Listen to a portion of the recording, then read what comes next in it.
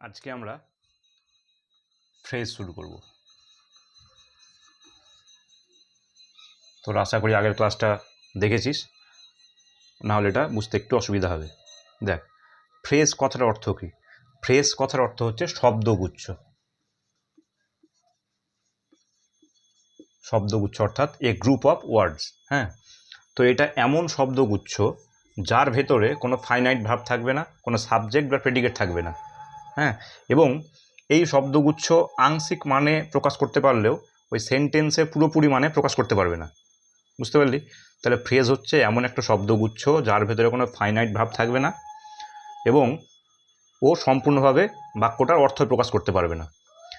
দেখ, finite verb তোদের আমি বলেছিলাম এর আগেও, আবার বলছি, ফাইনাইট ভার্ব হচ্ছে বাক্যের মধ্যেকার সেই ভার্ব যেটা কিনা সম্পূর্ণ অর্থ প্রকাশ করে এবং যে ভার্বকে দেখে আমরা বুঝতে পারি যে সেন্টেন্সটা কোন টেন্সে আছে, প্রেজেন্ট টেন্স না পাস্ট টেন্স না ফিউচার টেন্স।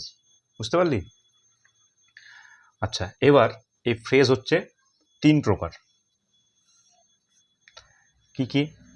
একটা হচ্ছে তোর অ্যাডজেক্টিভ ফ্রেজ,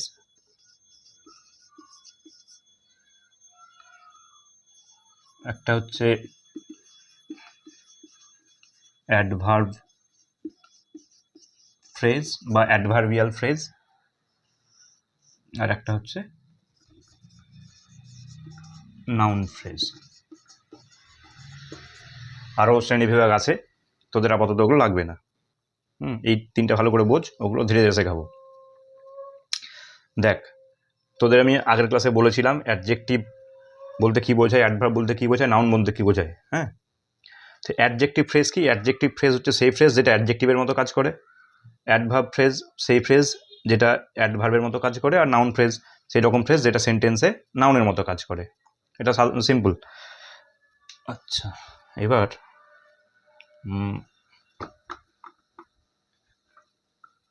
সবার প্রথমে আয় অ্যাডজেক্টিভ ফ্রেজ।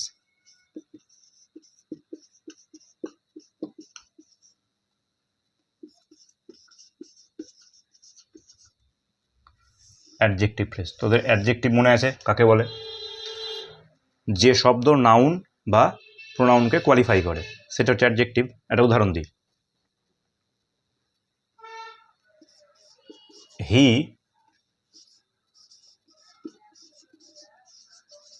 entered the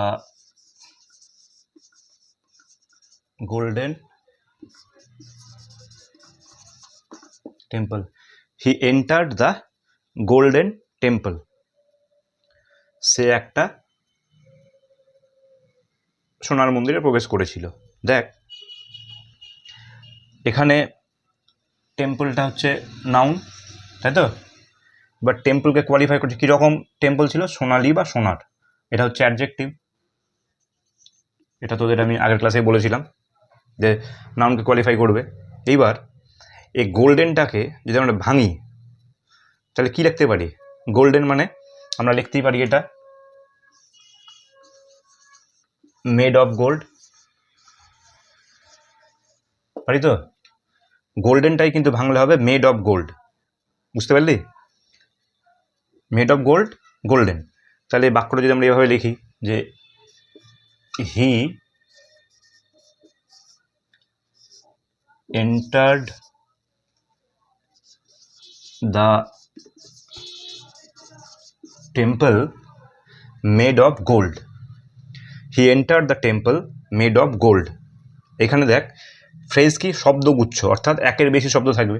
দেখ, এখানে এখানে গোল্ডেন এক শব্দ ছিল, এখানে কিন্তু 3টা শব্দ মিলে তৈরি হলো এটা। বুঝতে পারলি? দেখ, এটা কোয়ালিফাই করছে কিন্তু টেম্পলকেই। সোনার মন্দিরটা কেমন?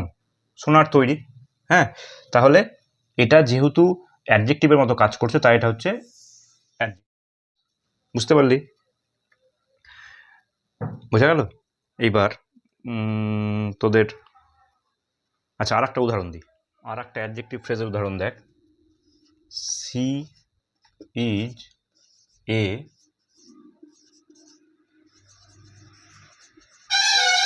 courageous woman. She is a courageous woman. সে হয় একজন সাহসী মহিলা।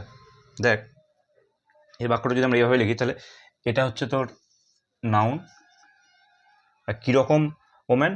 কারেজাস, এটা অ্যাডজেক্টিভ। এটাকে আমরা অন্যভাবে লিখতে পারি, she is a woman of courage. পারি তো? কারেজাস কথাটাকে, কারেজাস ওম্যানটাকে লিখতে পারি এ ওম্যান অফ কারেজ। দেখ এটা এটা কেন অ্যাডজেক্টিভ ফ্রেজ হলো না? কারণ এখানে শব্দগুচ্ছ না, একটা শব্দ আছে, এখানে দেখ একের বেশি শব্দ আছে।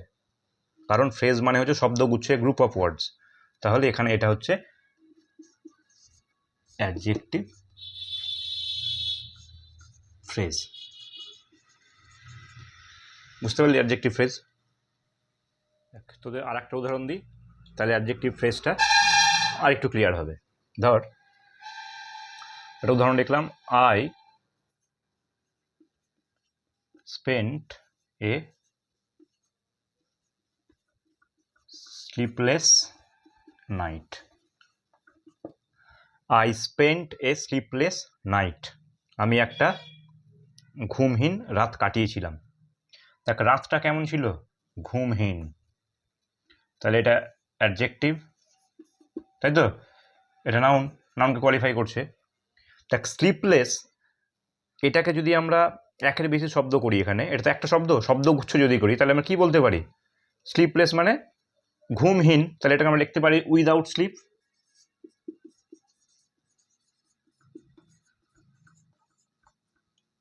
বুঝতে পারলি? স্লিপলেস আর উইদাউট স্লিপ কোনো তফাৎ আছে? কোনো তফাৎ নেই, মানে কিন্তু এক। কিন্তু দেখ এখানে একের বেশি শব্দ, অর্থাৎ শব্দগুচ্ছ চলে আসলো, তাহলে এটা একটা ফ্রেজ হয়ে গেল। তাহলে সেন্টেন্সটা আমরা কিভাবে লিখবো? I spent a night without sleep. বুঝতে পারলি তো? তাহলে উইদাউট স্লিপটা হয়ে গেল এখানে অ্যাডজেক্টিভ ফ্রেজ।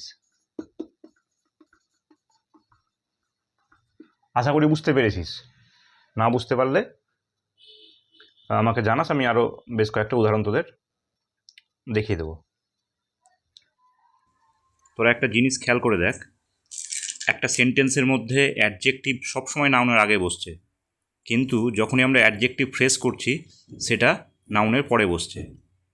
বুঝতে পারলি? এটা মাথায় রাখবি।